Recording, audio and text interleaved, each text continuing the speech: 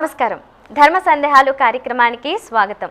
ఈ కలియుగంలో భగవంతుడి అనుగ్రహం కోసం వ్రతాచారానికి మించిన మార్గం మరొకటి ఉండదని అంటారు. అందున శ్రీ సత్యనారాయణ స్వామి వ్రతాన్ని ఆచరిస్తే ఆ శ్రీమన్నారాయణుడి అనుగ్రహం అపారంగా ఉంటుందని భక్తుల విశ్వాసం. అందుకే నోచిన వారికి నోచినంత, చూచిన వారికి చూచినంత అంటారు. అంతటి పరమాత్ముడు వెలిసిన అన్నవరం దివ్యక్షేత్రంలో ప్రతి ఏటా వైశాఖ శుద్ధ ఏకాదశి నాడు కళ్యాణ మహోత్సవం అత్యంత వైభవపేతంగా జరుపుతుంటారు.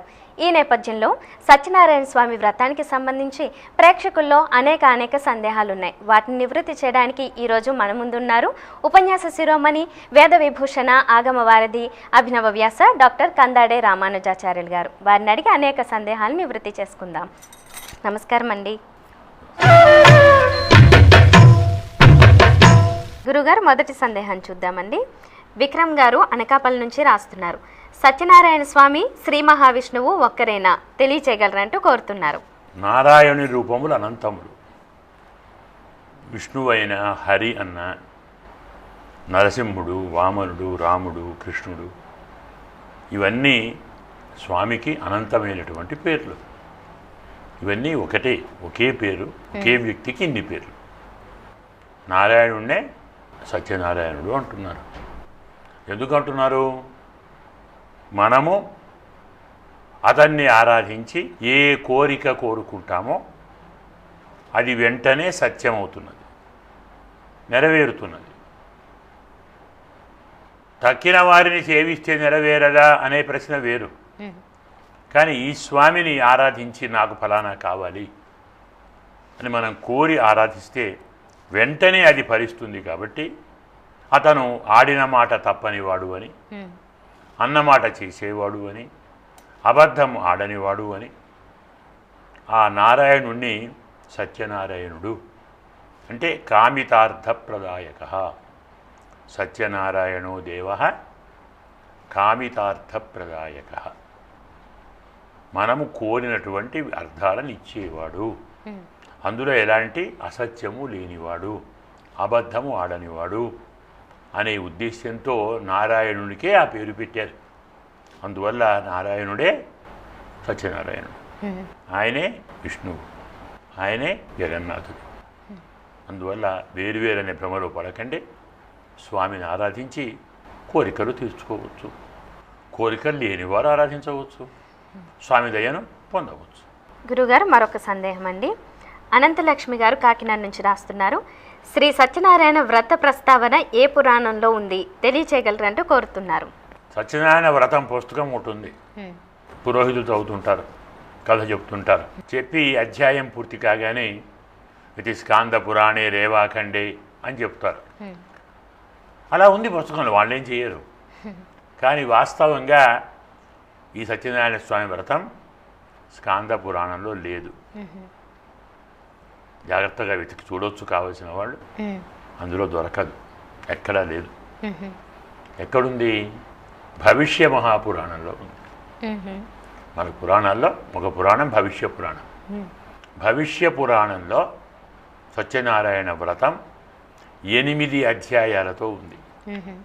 5 కాదు, 10 కాదు, 8 అధ్యాయములు. అది కూడా భవిష్య పురాణం. ప్రతిప్రసవ పర్వ అనందులో పేరు దానికి. ఆ ప్రతిప్రసవ పర్వలో భవిష్య పురాణంలో సత్యనారాయణ వ్రతం అనేది 8 అధ్యాయాలలో ఉంది. అందులో మనం చెప్పుకునేటువంటి కథలు కొంచెం అటు ఇటుగా, హెచ్చు తగ్గులుగా, కొన్ని మార్పులతో ఉన్నాయి. కొన్ని చోట్ల అవే పేర్లు ఉన్నాయి, కొన్ని చోట్ల వేరే పేర్లు ఉన్నాయి, కొన్ని చోట్ల సంఘటనలు మారుతూ ఉన్నాయి. వైశ్య కథ మారదు, రాజుగారి కథ మారదు, బ్రాహ్మణుని కథ మారదు. అందువల్ల ఇది వాస్తవంగా ఉన్నది భవిష్య పురాణంలో, ప్రతిప్రసవ పర్వలో ఉంది. స్కాంద పురాణంలో లేదు, రేవాఖండంలో అసలే లేదు. అలా పాతకాలం నుంచి వస్తూ ఉంది. దాన్ని వీళ్ళు పుస్తకంలో ప్రింట్ చేశారు, చదువుతున్నారు. ఏ పురాణంలో ఉంటే వ్రతం ఉంది కదా, ఉంది, చదువుకుంటున్నారు, చేస్తున్నారు, పూజిస్తున్నారు, ఫలితాన్ని పొందుతున్నారు, అనుగ్రహాన్ని పొందుతున్నారు. కాబట్టి ఎలాంటి ఇబ్బంది లేదు. వాస్తవంగా ఉన్నది మాత్రం భవిష్య మహాపురాణంలో ఉంది. గురుగారు, మరొక సందేహం అండి. విక్రమసింహ గారు రాజమండ్రి నుంచి రాస్తున్నారు. శ్రీ సత్యనారాయణ వ్రతం ఆచరిస్తే కలిగే ఫలితం ఏమిటి? ఈ వ్రతాన్ని ఏ సందర్భంలో ఆచరించాలి తెలియచేయగలరంటూ కోరుతున్నారు. పుత్రార్థి పుత్రమాప్నోతి, ధనార్థి ధనం తథా.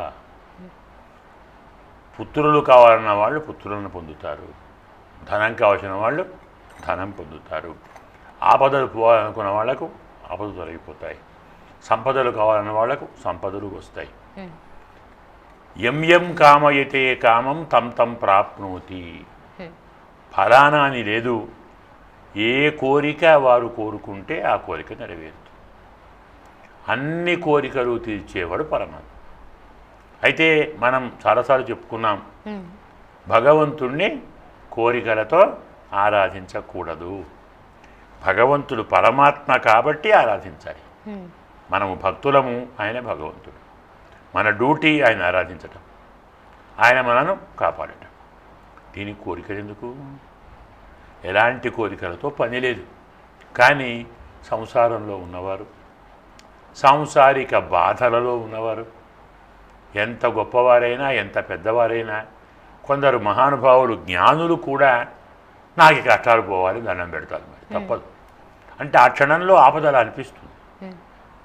అలాంటి వారి కోసం ఇలాంటి వ్రతాలు మనం ఏర్పరిచారు, స్వామి ఋషులే ఏర్పరిచారు. అందువల్ల ఎలాంటి కోరిక ఉన్నా చేయవచ్చు, ఏ కోరిక లేకున్నా చేయవచ్చు. సత్యనారాయణ వ్రతం ప్రతి ఏకాదశి నాడు, ప్రతి పౌర్ణిమ నాడు, ప్రతి పర్వదినం నాడు, తన ఇంట్లో ఏదైనా ఉత్సవం జరిగితే, వివాహం జరిగింది, ఉపనయనం జరిగింది, అన్నప్రాశనం, కేశఖండనం, చెవులం, ఇలాంటివి ఉంటాయి కదా.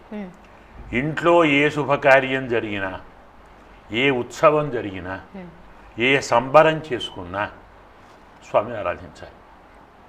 దాని పేరే ఉత్సవం. ఉత్సవం అంటే ఉన్నతమైన యజ్ఞం. భగవంతుణ్ణి ఆరాధించుట, భగవంతుని భక్తులను ఆరాధించుట, ఇది ఉత్సవం. కాబట్టి ఫలానని లేదు, ఏ ఉత్సవం లేదు, ఈరోజు మీకు బుద్ధి పుట్టింది చేయాలని చేసుకోండి.